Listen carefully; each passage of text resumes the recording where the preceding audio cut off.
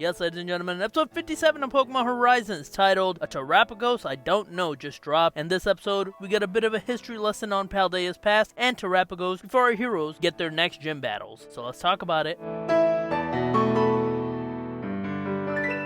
This episode is an interesting one because in terms of plot progression, the only major thing that happens in this episode happens at the very end. That being that our heroes get their next gym battles to go to for their Terastal course. This time, they're allowed to use 2 Pokemon for battle, and for their battle, Liko gets Gersha from Glaciato Mountain, Roy gets Rhyme from Montevera, and Dot gets Larry from Medali. However, the rest of the episode is really about setting things up for the future of the series, as well as talking about the past to explore where Terapagos might have come from. Our heroes have a celebratory lunch with the rest of the Voltacklers, where we learn that when they return from their Terastal course, the ship will be ready. But for now, Friede set up a meeting with Geeta and Director Clavell. There, they show them Terapagos, and the two are shocked as they've never seen one in real life. Geeta then shows them some old images in Terapagos and its Terastal form, and talks about how it was written in the Scarlet Book before showing them the stellar form from the book. They also introduce here Area 0 as being the place where Terapagos was last seen, but the records from them really haven't survived much. However, they don't know much about Laqua or the ancient hero or any of that, so for that, they have Miss Raifort. We meet her and her Zoroark, which is a bit of a prankster. She's doing some field work, which is to get some treasure, so she invites her heroes to come with her. The treasure she's looking for, specifically the one from Gimmighoul. After searching for them for a bit, Roy comes across one,